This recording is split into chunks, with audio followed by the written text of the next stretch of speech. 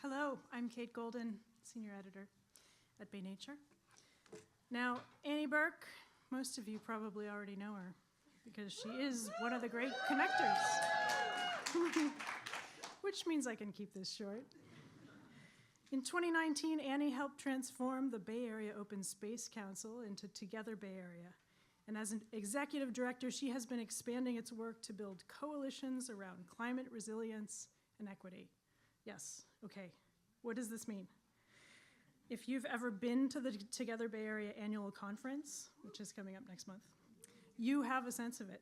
There you encounter a standard mix of conservation strategizing and science and bicycle field trips to wetlands. But unlike most conferences, it is also, I have observed, a place where weirdly people talk about community and even love in an open and earnest way. And if you are a grizzled old journalist who prizes your independence, you walk away from that conference not drained, but with this feeling that you're part of a group that's doing something worthwhile in the world, collectively. You know that old yes and approach. It's borrowed from the improvisers. That underpins Annie's whole philosophy, and the conference really embodies it. Annie recognizes that along with the bread and butter work of acquiring and protecting land, we must transform our society and make it more equal for everybody. So she's aimed to help a more diverse range of people see themselves as part of the conservation movement, uniting dozens and dozens of agencies, nonprofits, businesses, tribes. As part of that work, Annie developed and co-leads the Right Relations program, along with Redwood Research Group, to advocate for Native sovereignty and partnerships. There's more. Under Annie's leadership, Together Bay Area supports the Conservation Lands Network, a regional strategy that compiles an extraordinary amount of local data about Bay Area landscapes from about a zillion different sources into science-based decision-making tools. And let us all take a minute to just appreciate the cat herding that must take. Under Annie's leadership, TBA worked very hard to pass Prop 4 and succeeded. That is $10 billion for climate adaptation and resilience in California that we definitely really needed before the election, and now we really, really need. And finally, Annie also co-chairs California's statewide 30 by 30 Partnership Coordination Committee. So, without further ado, on behalf of Bay Nature, I'd like to present the 2025 Conservation Action Award to a person who is a force of nature for nature, Annie Burke.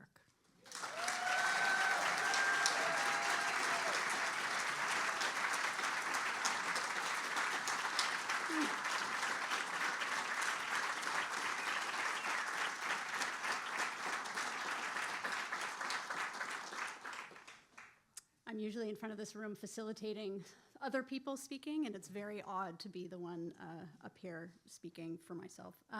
Thank you, Bay Nature, so much for this award. And thank you very much to the people who nominated me. I don't know who you are, but I know you're in the room, and I really appreciate you so much. I want to congratulate Susan, Avro, and Mirella for their awards, too. It's a total honor to be in your company, so thank you. I want to thank my ancestors, my grandparents, my parents, my brother, my aunts, my uncles, and my cousins, all for their support and for being family. Yep, there we go. I want to thank John and Benny and Alex. Alex will watch this someday. He's back east at school. I want to thank my friends and colleagues and mentors, all of whom are here, or most of whom are here today. I am who I am, and I do what I do because of all of you. Growing up, I didn't think about the future much. I didn't think about who I wanted to be when I grew up. I didn't really have a vision of what adulthood would look like. And frankly, I still don't. Instead, I feel like I live life like I'm traveling. I pay attention. I pay attention to myself and what's happening inside of me. I also pay attention to what's happening around me. I observe with my eyes and my heart and my head, my body. I'm curious, and in particular, I'm curious about people and groups of people. I'm curious about how things work and how they don't work. I'm curious about culture and values and belonging and social change. and I move myself towards the people and issues and work and places that mean something to me. The things that call me, that give me energy, and the people that make me feel like I'm at home. Also, if there's dark chocolate, I move towards that too. This approach to life is one thing that's contributed to me being here in front of you all today, and I want to share a few experiences and some of the people that have also shaped who I am and what brings me here. My life started a few miles from here at Alta Bates Hospital as Lorna Lindsay and Gaylord Burke's first kid. To be Lorna Lindsay's kid means that curiosity was the air that we breathed. Rachel Carson's A Sense of Wonder was our family Bible. We spent a lot of time on Mount Diablo, in Tilden Park, and at Pescadero State Beach. And we heard all about her job as a science teacher and her work in the science room at Wildwood Elementary School. My professional life started after college at Kaiser Permanente in their national headquarters in Oakland. I spent 4 formative years working in an internal consulting group for 2 brilliant women, June Gunter and Tula Osojoglu. Together, we partnered with teams and departments in Kaiser to transform how they worked. From June and Tula, I learned how to help groups adapt to change, both from inside and outside the organization. I learned how to design meetings for participation and inclusion and productivity. They taught me how to design a good process and trust it to achieve what I wanted it to achieve.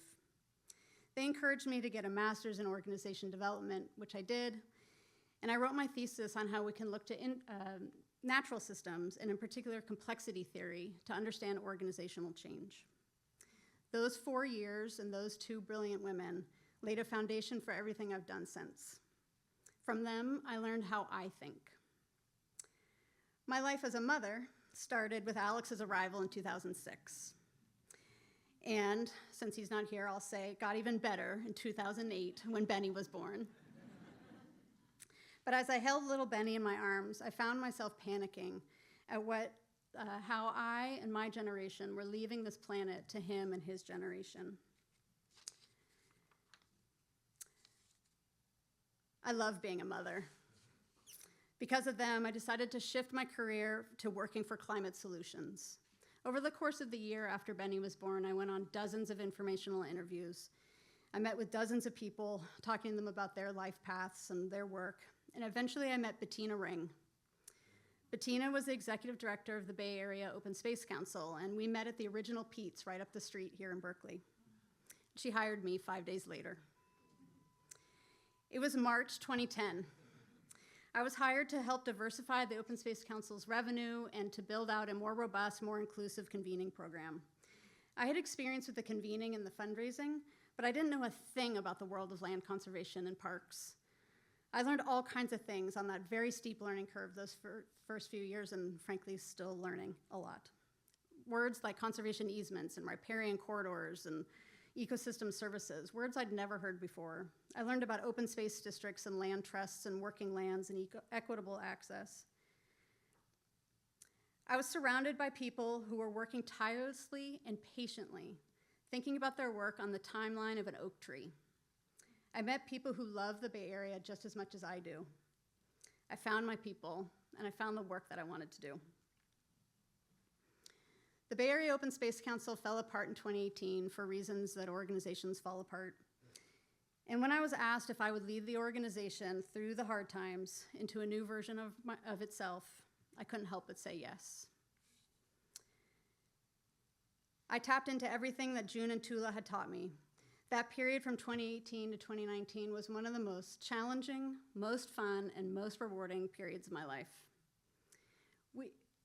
We engaged over 200 people in co-creating what this regional coalition should be and do for the next 25 to 30 years. One highlight of that year was the planning committee. I saw firsthand how the conversation changes when you change who's at the table. And that group of people was brilliant, and there's a bunch of you here who were on that planning committee. The Open Space Council became Together Bay Area in early 2020, and I became the full-time executive director. And now here we are in 2025, 15 years after I met Bettina. Today, Together Bay Area is a regional coalition of organizations collaborating for climate resilience and equity. We are a large and diverse and growing community of people who care deeply about healthy lands, healthy people, and healthy communities. I want to celebrate some of these people now and some of the things that we've done.